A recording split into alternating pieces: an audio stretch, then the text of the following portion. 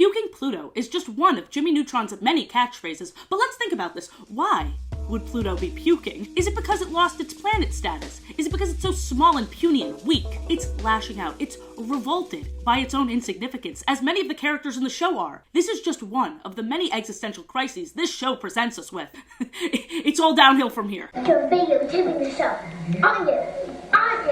Butt lovers. Welcome back to another lore video. Usually I say this is the series where we explore shows no one else is brave enough to, but this time we're switching it up. Because Jimmy Neutron is not as obscure as the other shows we've covered, or at least I don't think it is, because it was a huge staple of my childhood, but maybe that's big-headed of me to assume. You really just say that to my face, you little shit, get fucked. But it's actually not just my own experience that enforces this. From Matt Pat's Grubhub Jimmy Neutron theories to Jordan Fringe's many videos, this show has a lot more content on it than any of the other ones we've watched. So why this one? Let's address the elephant in the room.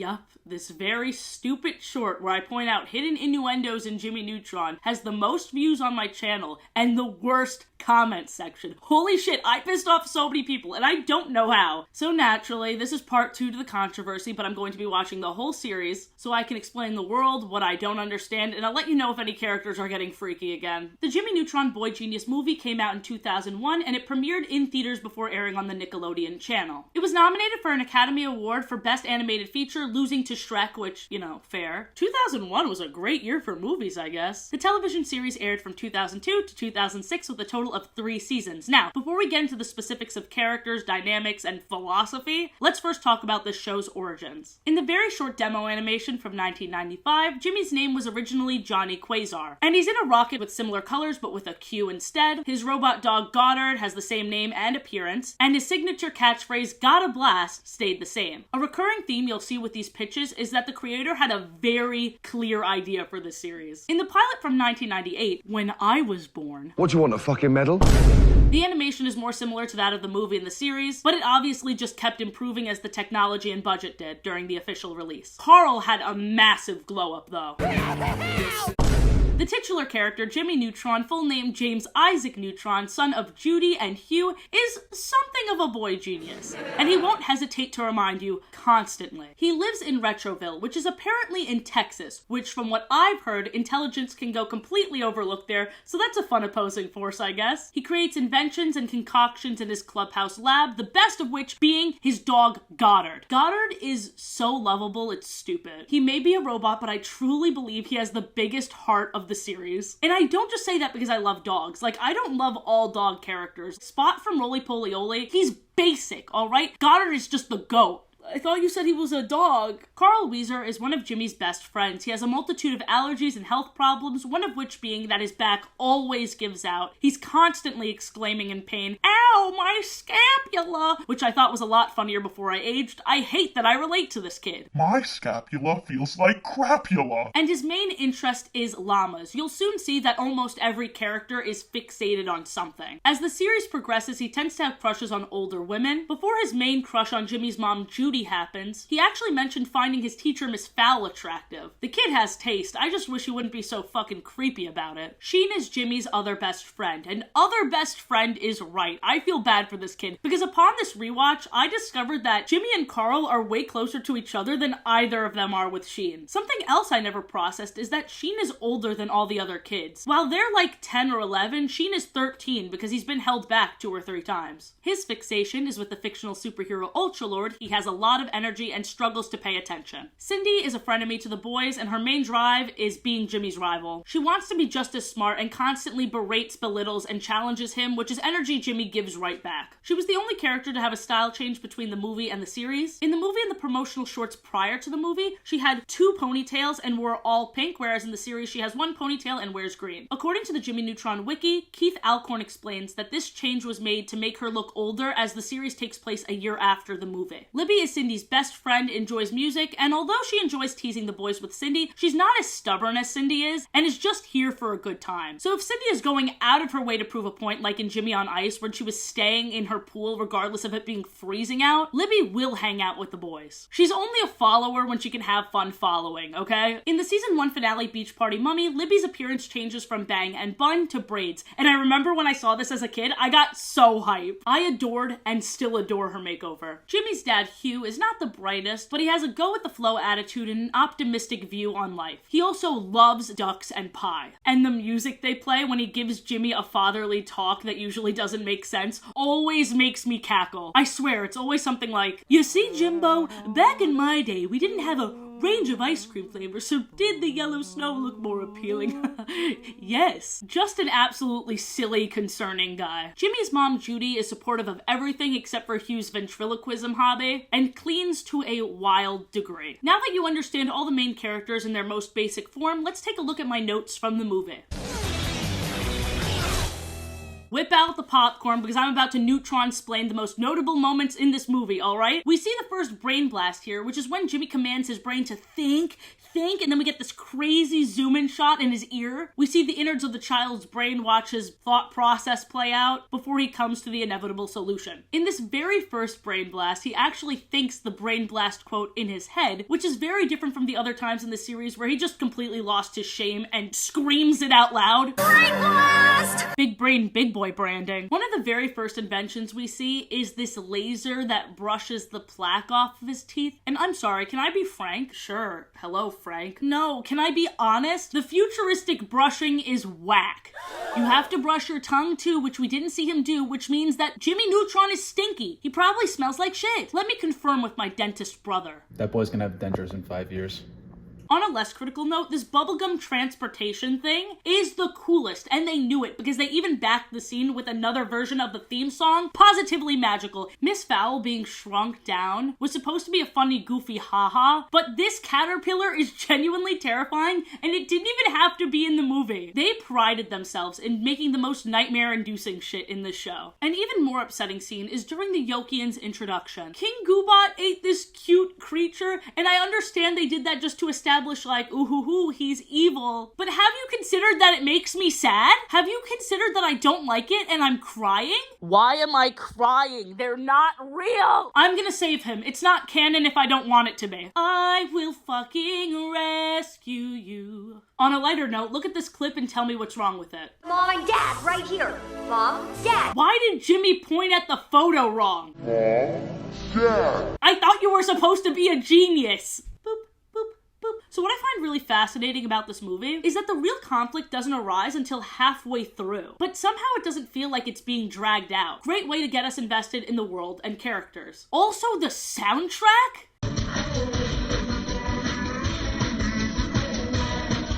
Too good. Also them taking the theme park rides and turning them into rocket ships. Are you kidding me? Back to the Yokians, we discover they worship this giant alien chicken who is Poltra, the god of wrath. They explain that this year the human sacrifice will feature actual humans, which means two things. One, they do this every year, and two, they're aware of the existence of humans before they met them. They basically confirmed this. They said they just didn't have the coordinates to Earth until Jimmy's space toaster, which is very appropriate considering when everyone else found out that this was Jimmy's fault, he was toast. Anyway, our definition of God is a superhuman being or spirit worshipped as having some power over nature or fortune, but the way they deal with Poltra seems more similar to how they dealt with the Minotaur in Greek mythology. Basically in the story, the Minotaur was put in a maze known as a labyrinth to keep him away from everybody. The Minotaur remained in the labyrinth with annual offerings for it to eat. The Minotaur, though, is seen as a creature or beast and not a god. So I'm wondering why Poltra is a god. Is a god to them anything powerful that strikes fear? Would the Minotaur be a god to them? Or does Poltra offer them something? Or represent wrath in the way Ares represented war? The thing with Ares, though, is that in Greek mythology, for the most part, he really wasn't worshipped. He was more so feared. The number of questions I had doubled when I saw during the ritual, Poltra was inside an egg. They were incubating this giant egg. Dude, is Poltra reborn every year, or is it more like a house or a cocoon for it until it emerges? Very confusing. Jimmy Neutron's a bitch. The way Jimmy comes across in the movie is way more empathetic than he is in the series. I'll give you some examples and tell you why I think Jimmy Neutron is playing God and his fall from grace. I started to notice Jimmy's recklessness even more in the series. Now, in the movie, he didn't weigh the risks of contacting an alien species, but it seems like it came more from a place of ignorance, thinking that they would be nice After all, he is a child, so I don't fault him for that. But in the series, it seemed like it came more from a place of arrogance and just not caring for the well-being of others. Let me put it this way. In the episode Brobot, Jimmy tells his parents he wants a little brother, and his parents are horrified at the prospect of having another child. Let's look at the reasons why. Firstly, Jimmy has a big head, so childbirth probably wasn't easy for them, but that's not his fault. Moving on to the second reason, prior to this conversation, Judy was just asking if Jimmy got in trouble with the law or government again. So they probably already have their hands full with this high IQ little liability. Thirdly, one of the reasons why Jimmy wants a little brother is for the child to be a lab rat. To quote Jimmy's words exactly, he can do the experiments that are too dangerous for Carl. We'll get back to his treatment of Carl. Let's focus on the family for now. In the season 1 episode Granny Baby, he's seen giving his grandma an age-reversing serum that we did not see him testing out. This could have been an assassination attempt. There's also a flashback of when he made his grandmother magnetic. What was the reason for that? What could have possibly been the reason for that? In Jimmy's world, we are all his guinea pigs. Maybe I'm going a little too hard on him because as far as we know, he only excels scientifically and academically. So put all of this knowledge into somebody who hasn't emotionally matured yet, and naturally, wait, scratch that, he literally spiked her medication. In the episode I Dream of Carl, Carl's dreams reveal a lot about how he feels. Dream Carl wants to make Jimmy his monkey boy and do experiments on him. Don't you see? That's what Jimmy does to Carl. Carl's subconscious is trying to take his power back. I wonder if this contract seen in the episode would confirm my suspicions.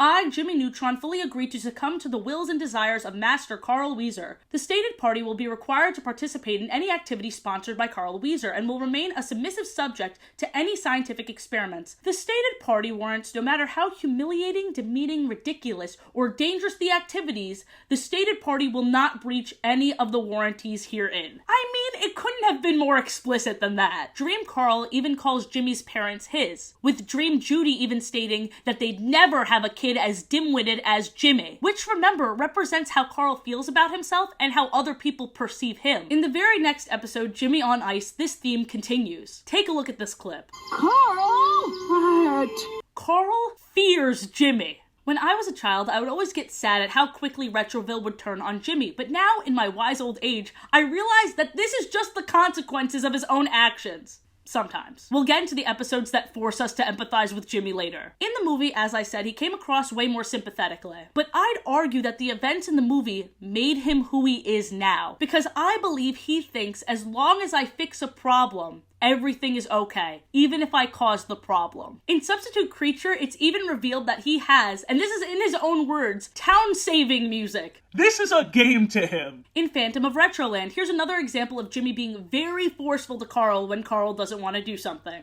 I can't come with you tonight, as I have decided to join the French Foreign Legion. This is a decision I do not make lightly, as I have... Hi, Jimmy.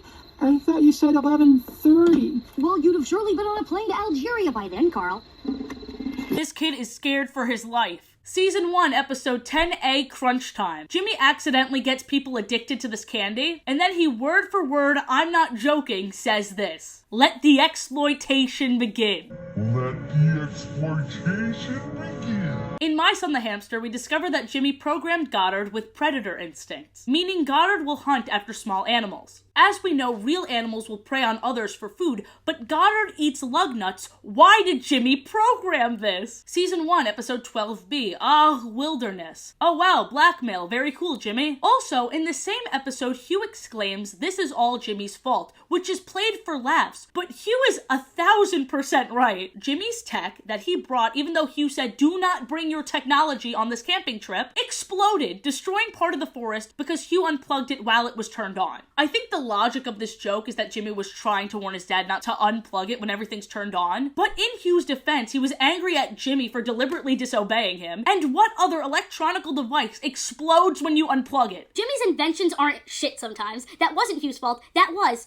all Jimmy's fault, as Hugh said. In the episode See Jimmy Run, Jimmy assaults people on the playground because he's running so fast no one can see him. Even going so far as to say, think of what I can do, think of what I shouldn't do, but will do. During the opening of the Empire Strikes Back Part 1, Jimmy sends Carl to test this Burt-powered jetpack with the massive oversight of not knowing and not programming a landing feature. Jimmy did not think about how his friend would return back to Earth after sending him in the sky as a guinea pig to test a jetpack. After After season 1, he seems to be a bit more level-headed, but still has some anger issues and will say some pretty threatening stuff occasionally. Like in Win, Lose, Kaboom when he says to Sheen, "Remind me to remove what's left of your brain later." This too either subsides or I got used to it. But let's take this big-headedness and compare it to other child inventors. I don't know, let's say Phineas and Ferb. Jimmy needs everyone to know how smart he is. Meanwhile, Phineas and Ferb just let their actions speak for themselves. Phineas and Ferb's main objective is to just have fun with their friends. They never seem power hungry. With this harsh analysis, you're probably thinking I'm calling Jimmy Neutron a jerk. And I am. But don't be confused. The show itself takes on a much darker tone. This show is truly like Phineas and Ferb's evil or more edgy clone. In just a bit, I'll get into how no character is morally good. But first, let's take a look at some of these quirky references they throw in.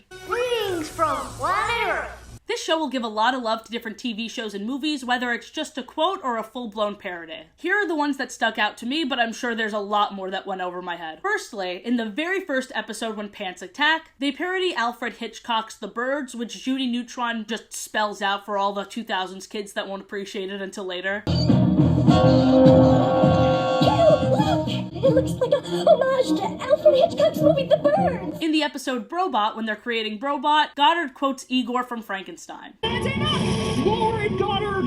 Yes, master. Season 1, episode 4B, Time is Money, they travel in a phone booth, which feels like a reference to Doctor Who. In the same episode, Carl greets someone with Klat tu barada nikto, which is an alien phrase from the 1951 science fiction film The Day the Earth Stood Still. He also did this as he said it. This is one of the many times they flashed the Vulcan greeting from Star Trek, and fun fact, my hand hurts like hell. I feel like I'm gonna get carpal tunnel and die when I do that. In the episode Maximum Hugh, there's a Matrix reference with how Hugh dodges the marshmallows. There's a lot of Peanuts, Charlie Brown dancing throughout, like they did this in more than one episode. When they go back in time, Sheen says yabba dabba doo, referencing Flintstones naturally. The whole Jet Fusion character is a James Bond parody. And in the Operation Jet Fusion special, they also put a pineapple under the sea. And right after, there's a Pac-Man bit. They were just throwing everything at the wall. Season 2, episode 17, Men at Work, this red lens that ends up turning on humanity is a reference to HAL 9000 from 2001, A Space Odyssey. I believe the Twonkies are a Gremlins parody, and this thing that attacked Carl is the facehugger from Alien. And lastly, in the season 3 episode The Tomorrow Boys, Carl dressed up like Luke Skywalker in The Empire Strikes Back. Wasn't that fun? Now let's talk about how every single character is morally gray. Everyone is a bitch. So usually when Jimmy is not the one completely in the wrong, he'll actually act as the moral compass, and someone else or everybody else will act like menaces. It's actually a pretty effective way to get people, or at the very least me, to empathize with the big-headed bitch. For example, in season 2, episode 2, Sorry Wrong Era, after Hugh has access to the remote that rewinds and fast-forwards people, he acts a lot more reckless and chaotic than usual. Not caring about the well-being of others, just enjoying the entertainment and power. Going so far as to make some woman experience giving birth again and again and again.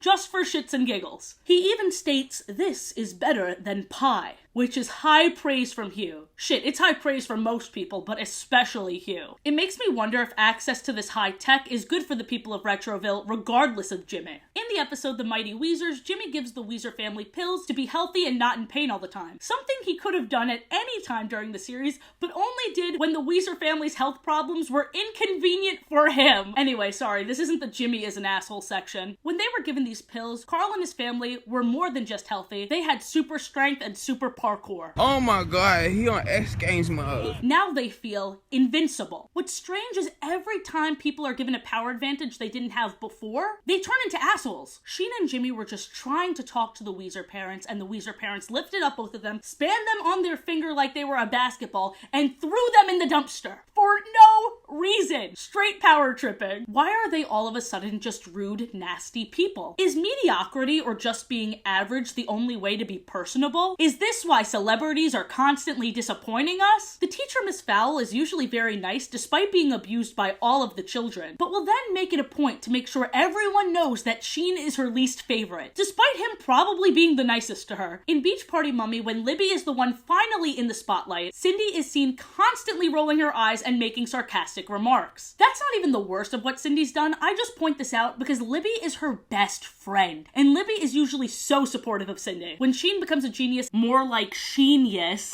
in the episode Sheen's Brain, he turns evil, destroying the town and making people bend to his will. This invention only made his IQ grow. This show keeps making a clear link to exceptionalism and intelligence to being a bad person. In Lady Sings the News, Libby is now blackmailing people because she has a popular gossip section. There hasn't been one instance in the show where somebody gaining power led to the general public being happy. It's always seen as a negative thing. There are some big differences season to season. Season 1 mostly had shorter episodes and revolved almost always on Jimmy fixing the issues he caused. Season 2 was the start of more frequent, longer episodes. It introduced more villains, and its season finale, Win, Lose, Kaboom, was longer than the movie. Season 3, to me, felt the most fanficky, really throwing shit at the wall and having more moments dedicated to the romancy ships. Also, the intro changes in Season 3. Not only do the visuals change, but there's no help from Carl, which is really unfortunate because it feels really empty without that. However, a good change is Libby is added to the logo section, which should have been the case from the start because she's always been a main character. Let's talk about all the villains, their introductions, and how they ended up.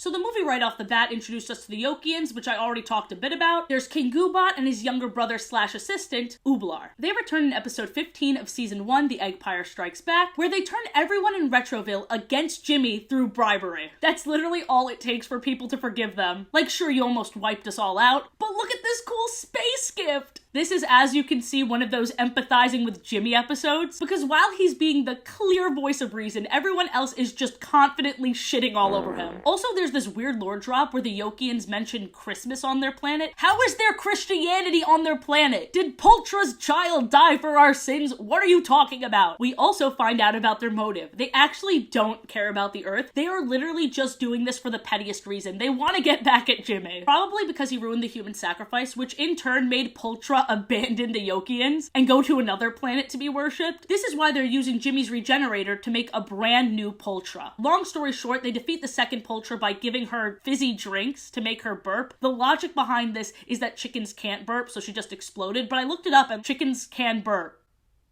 So, the nanobots are introduced in the episode Safety First. Their whole reoccurring shtick is that they try and follow Jimmy's orders, but they go so overboard and destroy the whole town. So this is a threat Jimmy made himself. What interests me about them is that they almost always turn on each other, and they really never question Jimmy or get angry with him. Jimmy, their creator, keeps them locked up in like a high-security prison. Here's my problem with this. Jimmy notices there's something wrong with the nanobots and gives them an upgrade. 2 eyes, woohoo! So he takes that risk, and in return of the nanobots, while they're searching for error, they start Thanos snapping people left and right. Whose fault is that? I would say it's their creators, not theirs. Their last appearance is in season 3, and this is when I really start to feel bad for them. Because at this point, why is Jimmy keeping them alive? Why is he putting them through that torture and also taking that risk himself? Jimmy could just as easily shut them down, and then when he finally gets their controls down, restore their consciousness. Professor Calamitous is one of the main villains. We meet him in season 1, episode 14B, Professor Calamitous, I presume. The episode opens with Calamitous finding out about Jimmy Neutron through the newspapers. This kid's reputation brings a lot of enemies his way. The professor's weakness is that he can never finish. No, I'm serious, he can never finish his sentences, his foods, his plans. What were you guys thinking? We also find out that Finbar Calamitous was a student of Miss Fowl, and Calamitous is old as shit, so how old is Miss Fowl? We'll get back to that mystery later. Calamitous is seen again in the special Operation Jet Fusion, where we meet his daughter, Beautiful Gorgeous. Beautiful Gorgeous is also a villain thanks to her dad, but she laments that she never wanted to be a villain. She always wanted to be a... and then she'd get cut off. Also, she claims she doesn't need to listen to her dad and acts all rebellious, but like, if you didn't need to listen to him, why are you stuck working for him? It is revealed in season 3, episode 10, My Big Fat Spy Wedding, that her real dream was to put the aglets on the end of shoelaces. Or at least that's what she tells a lovesick Jet Fusion. In this episode, Beautiful Gorgeous got out of her 45-year sentence 45 years early on very good behavior. When they were explaining she got out on very good behavior, they showed this picture of her kissing a cop. This feels like commentary somehow. In this episode, she's about to marry Jet Fusion, but still tries to take down Jimmy Neutron. This is why I don't believe her when she complains about her life, because at this point, her dad is in prison. He's not the one putting her up to this. This is her own decision. During the season 2 premiere of Beautiful Mind, we meet the space bandits Zix, Travoltron, and T. Oh my god, I just realized that Travoltron is a parody of John Travolta.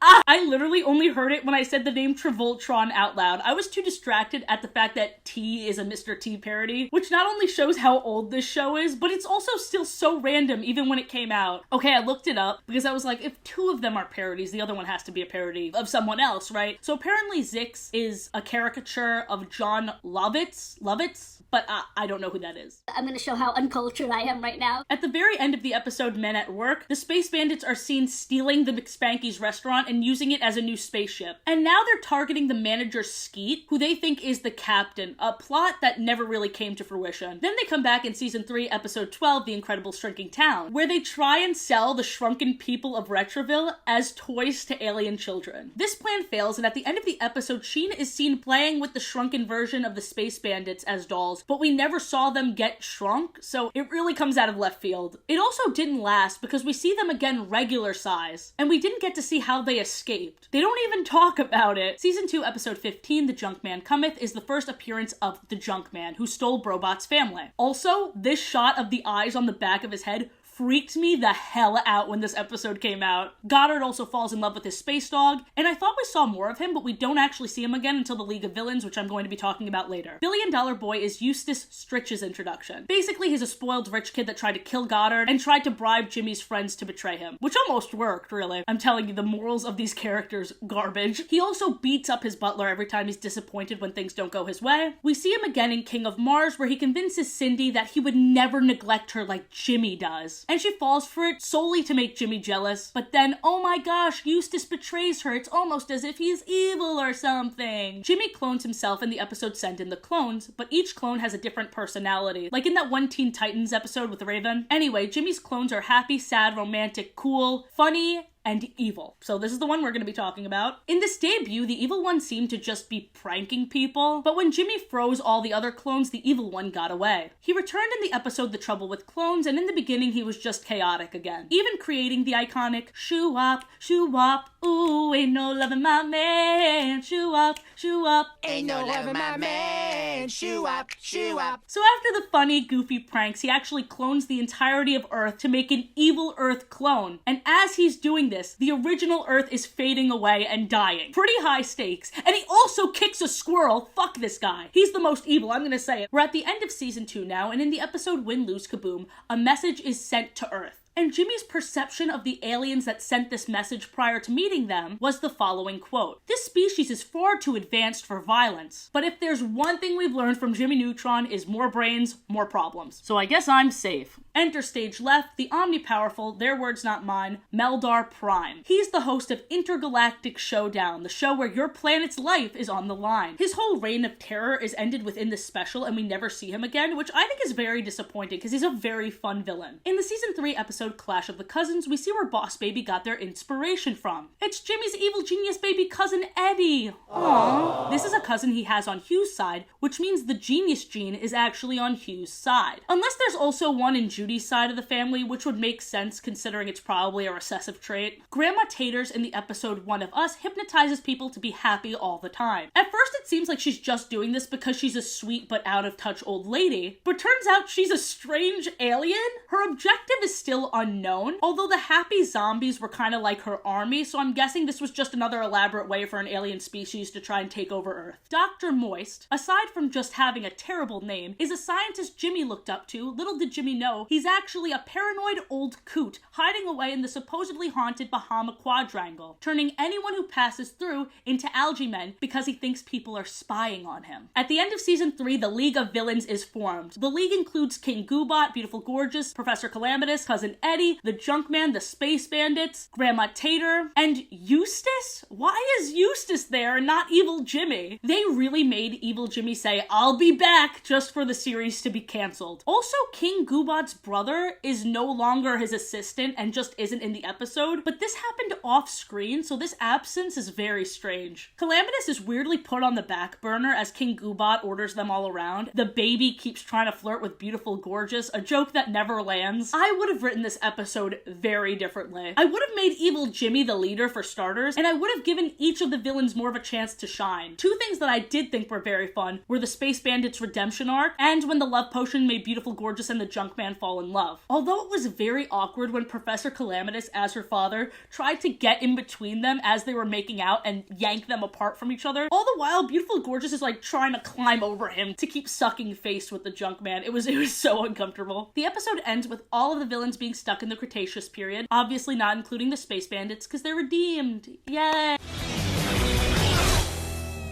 There are a lot of background characters that fascinate me. Let's start with Terry the Bully. His existence confuses me. His first appearance was in Safety First, just to torment Jimmy, and I just don't know why they introduced him when they already have a generic bully in Butch. Why couldn't Butch be the one to do this plot? He also appears in a school crowd shot in Retroville 9, which doesn't make any sense, because at the end of the first episode he was introduced in, Jimmy said that he moved to another school. Season 1, episode 13A, Party at Neutrons, was the first appearance of Betty. She is Jimmy's side love interest, solely introduced as A, another obstacle for the inevitable Jimmy and Cindy ship, and B, as another motivator for Jimmy. I wish they introduced her as the new girl or something, because it just feels like they're trying to trick the audience, like, Oh yeah, Betty, you know, the one that's always been here, the one that Jimmy's always had a crush on. You know Betty.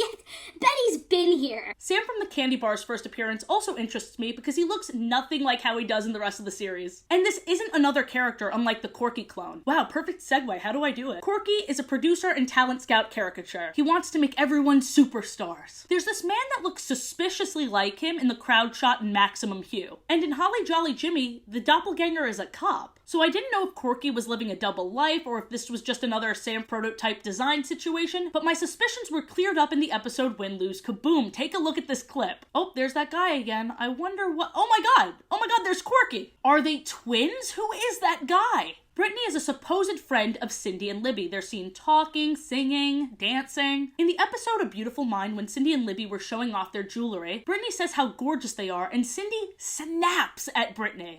Those gems are so gorgeous. Back off, Brittany. You're fogging the merchandise. Brittany looks like she's crying afterward, distraught, embarrassed, crushed. What is their dynamic? Is she like their backup friend? I feel terrible for this girl. Cool guy Nick Dean randomly becomes very accident prone as a reoccurring joke. He is this universe's ow my leg guy from SpongeBob, but not as funny.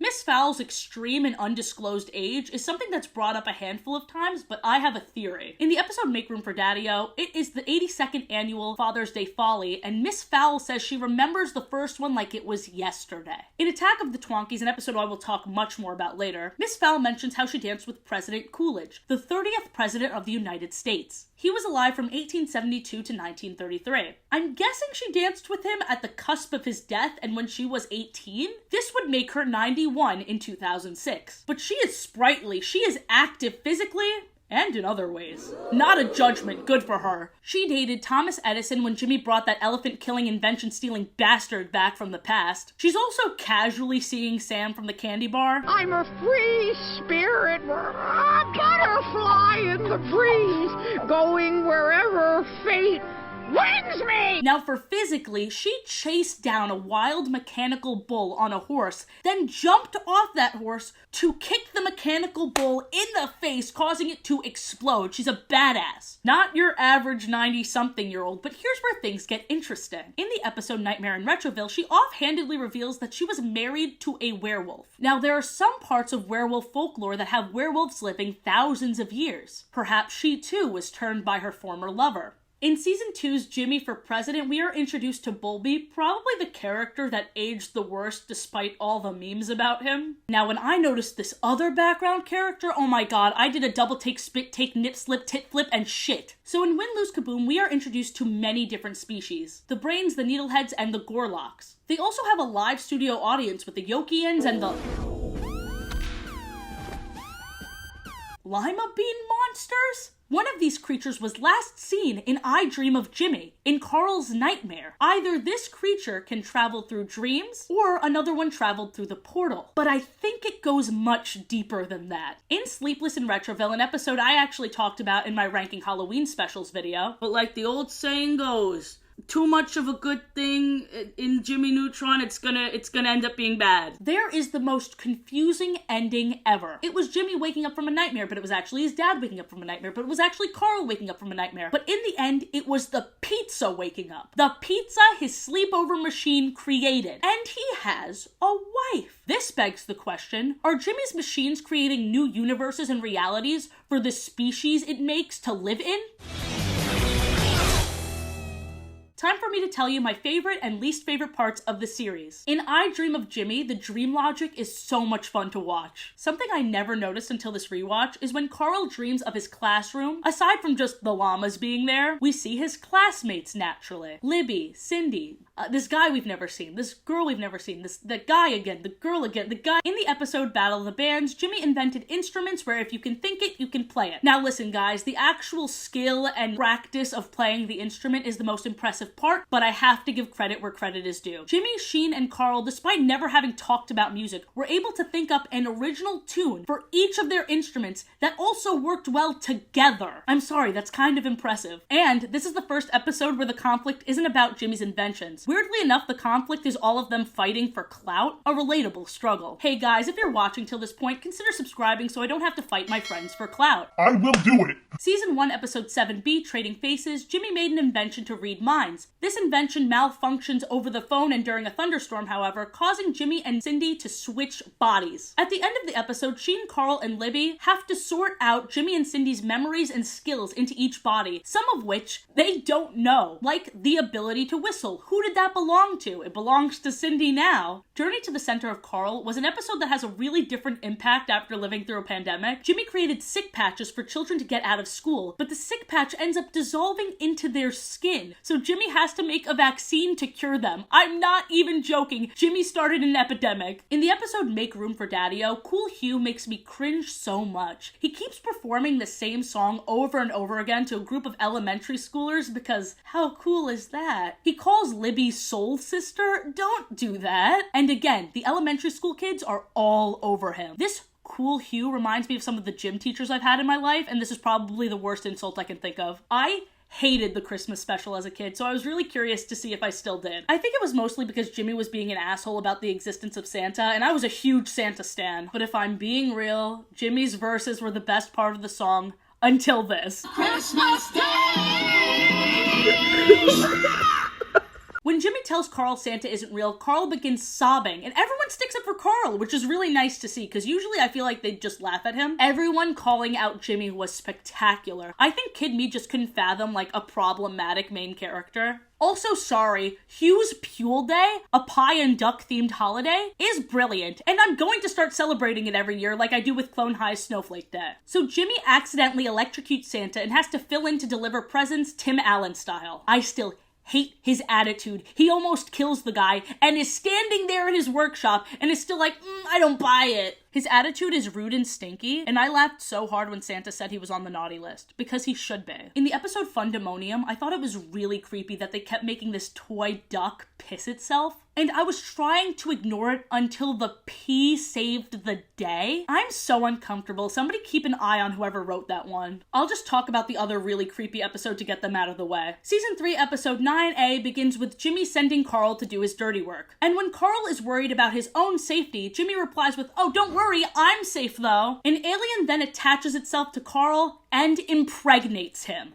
What? I don't know how this episode got greenlit, but that's not even the worst part. His butt is pregnant. It's glowy and big and gelatinous, and everyone's congratulating him. Everyone's so excited for him. Why are these parents excited that their 10-year-old child is going through this? This is worse than the piss doll episode. I know it's Texas, but come on! Delete us that fetus! Now, those episodes may be the grossest, but the saddest episode is Best in Show. This is one of those episodes where everyone is awful, and for whatever reason, the entire town decides to berate Goddard for not being a real dog. And every time they're super mean to him, you hear him like whimper, and it's so sad. He accidentally electrocuted a puppy he was trying to play with. He always helps everyone out. Why is everyone so mean to him? Something that made me just as sad when I was a kid were those cute little aliens called Twonkies turning evil when they were exposed to music. I'm going to move on to Inconsistencies, but first, here's my monthly complaining about streaming services. Because oh my god, how hard is it to put a series in order? I've yet to find a platform that doesn't do this with old kids shows, and it's infuriating. Also, fun fact, season 1, episode 1 and episode 13 is not available on Paramount Plus. I was wondering why, and apparently it's because of the Aaron Carter song used in these episodes. All the other kids look like bowling pins. In season 1, episode 13B, The Big Pinch, Jimmy is just leaving class whenever he wants, which led me to believe that school is optional for him, which makes sense. But in the season 1 finale, Miss Fowl and Principal Willoughby say that leaving class early is 10 demerits. That's funny because Jimmy's done that throughout the season, and this is the first I'm hearing of this. In the Christmas special, Jimmy asks how anybody can survive the freezing cold North Pole and then proceeds to go there in a t-shirt. Oh my god, I sound like Cinema Sins. In the episode Sheen's Brain, there's that annoying trope where a ball is rolling towards them, and instead of going off to the side, they keep running in the direction the ball is rolling in. Jimmy, I thought you were supposed to be a genius. Season 3's premiere, Attack of the Twonkies, goes into excruciating detail about how Sheen is a terrible singer and cannot hold a tune. But this changes constantly. Remember, shoe up, ooh, ain't no loving my man. Kid has a voice of an angel. Something I really enjoyed was how often Twonkies were seen after Rise of the Twonkies, like they just kept showing up in season 3. Another inconsistency was in season 2, episode 11, Sheen's Brain. When Jimmy and Carl are trying to help Sheen study, they electrocute him when he gets distracted as negative reinforcement, and he does not like being electrocuted. But in the episode Crunch Time, he seemed to really enjoy it for some reason. This kid used to be a little masochist. What changed? Also, in the very first episode, Sheen mentions that his mom has one of the Ultra Lords on layaway, which is very strange because we've never seen Sheen's mom in the movie, or ever. Here are some cool inventions I haven't mentioned yet, and then we'll talk about the best crossover of our lifetime. Season 1, episode 2A, Normal Boy, Jimmy uses the brain drain to lobotomize himself. In Rise of the Uzi Scab, he invents an invention. He creates an invention where he can talk to fish, and one of the fish starts complaining about how her boyfriend is cheating on her. Very cool. The invention in episode 13B of season 1 puts you physically inside a video game. It's like Metaverse, but it's cooler, doesn't steal your data, and doesn't give you a headache. In Beach Party Mummy, Jimmy makes an invention that brings people back to life. I fear this kid. In Retroville 9, Jimmy makes baseball equipment that makes them good at baseball. Once Jimmy's team heard that the equipment is what made them so good, they're shocked. But my question is, how? The equipment was yanking you in the air and making you move. In Operation Jet Fusion, we make the fun discovery that Jimmy's inventions are more advanced than the government's. This kid's gonna be a world leader and colonize other planets, and it's gonna be super unethical, but damn, it would be such a fun season. I fear this child. When I saw the episode Men at Work as a kid, I wanted to go to this futuristic restaurant so badly. One of the inventions Jimmy makes for McSpankies is a tongue scanner that scans your tongue and then knows your ideal order. In the episode The Junk Man Cometh, the questions, how come we don't have to wear a helmet when we're in space? How come we don't need oxygen tanks and stuff? And how come it takes astronauts days to come to and from the moon, but it only takes us a few minutes? We're all asked by Sheen, which, these are very smart questions. I'm surprised he even thought of these things. But before we hear the answer, we're interrupted by Carl singing, "Goodbye, moon, I'll see you next June," because I guess there's no answer.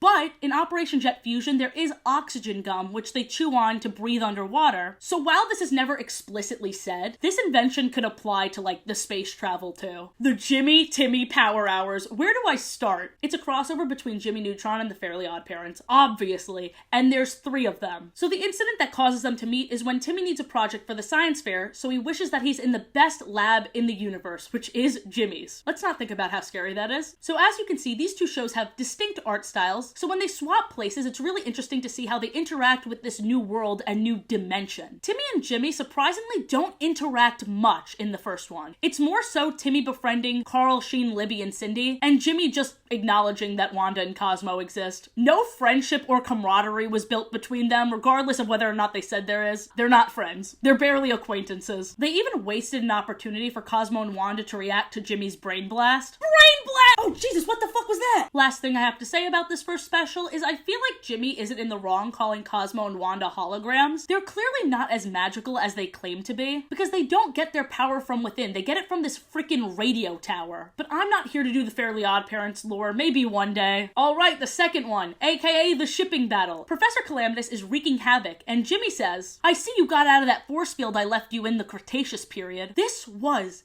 after League of Villains. The timeline of this series is fucked. I'm telling you, they aired this in the actual order because it makes more sense with the main plot and the shipping shit. But it doesn't feel right that Jimmy Timmy Power Hour 2 and 3 came out pretty much after the Jimmy Neutron series was over. They animated Sheen with blue eyes in Dimsdale even though his eyes are brown. Most of this special was shipping shenanigans, so we're gonna acknowledge that when I get to the shipping section. Let's move on to the third one. I'll read you through some of my bullet points. By the way, this is how many I had for the full series.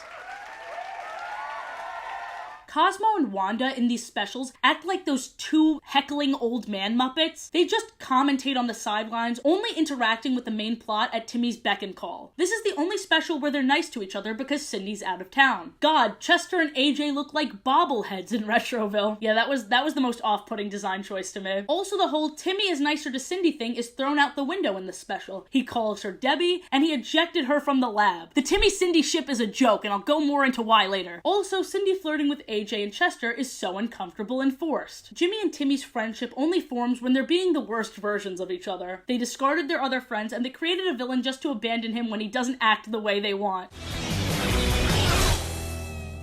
The biggest ship of the show is of course Cindy and Jimmy, and the biggest obstacle they have to face is their stubborn-ass selves. But the show established their conflicting love-hate feelings towards each other from as early as the movie. But let's first talk about each of their side quests. Jimmy's other ongoing crush was Betty Quinlan, wanting to be the part opposite her in Macbeth, keeping pictures of her in his lab. This whole Betty arc concluded in the season 3 episode Vanishing Act, where Jimmy just kept fawning over Betty, and Cindy as a result kept antagonizing Betty. Betty then pulled Cindy aside and was like, chill, Jesus Christ, he's all yours, just get out of my face. She literally says, get out of my face. This was Betty's most badass moment, and she has a point. Cindy, why are you mad at her? I also completely forgot about the episode Foul Bull, where Jimmy, Sheen, and Carl all have a crush on this farm girl from the field trip. The last of Jimmy's flings was April the Gorlock in Win, Lose, Kaboom. Unlike with Betty, April shared his affections, but similarly to Betty, Cindy was not happy about this. On Cindy's side, she briefly had a crush on Nick Dean and Timmy Turner. I just don't understand how people can ship Cindy and Timmy when Cindy straight up tells him, yeah, if you weren't smart, I wouldn't like you. It wouldn't work out. Some big Jimmy Cindy moments were in Stranded, King of Mars, and Lady Sings the News, which are all in season 3, which is why season 3 felt very fanficky to me, because they'll be on a dangerous mission and Jimmy will be like, is that a new shirt? Yeah. Do you like it? You guys are 10! Chill out! Jesus! I don't hate it, it's just kind of annoying, because it takes up most of the time when I want to see more of Sheen and Libby, the superior ship, but no canon ships compared to what I've seen on Tumblr.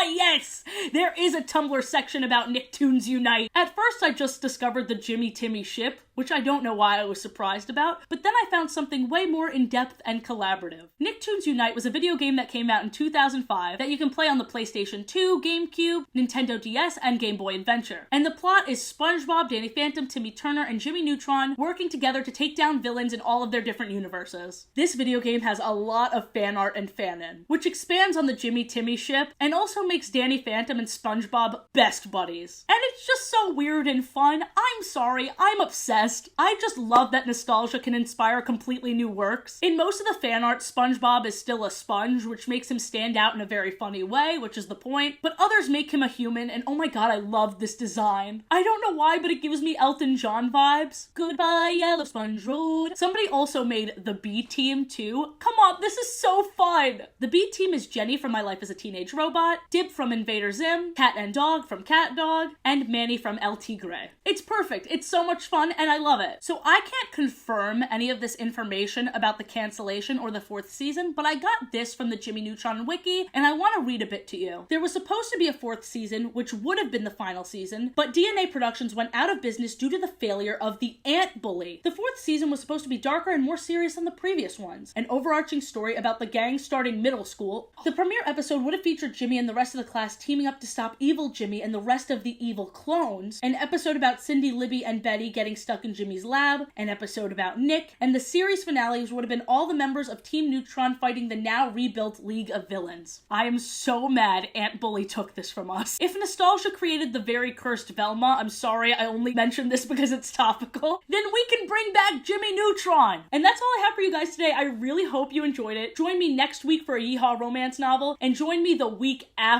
where I'm going to be watching Aunt Bully. I've decided. I gotta see what's taken down Jimmy Neutron for myself, okay? Have a good one, butt lovers. Bye!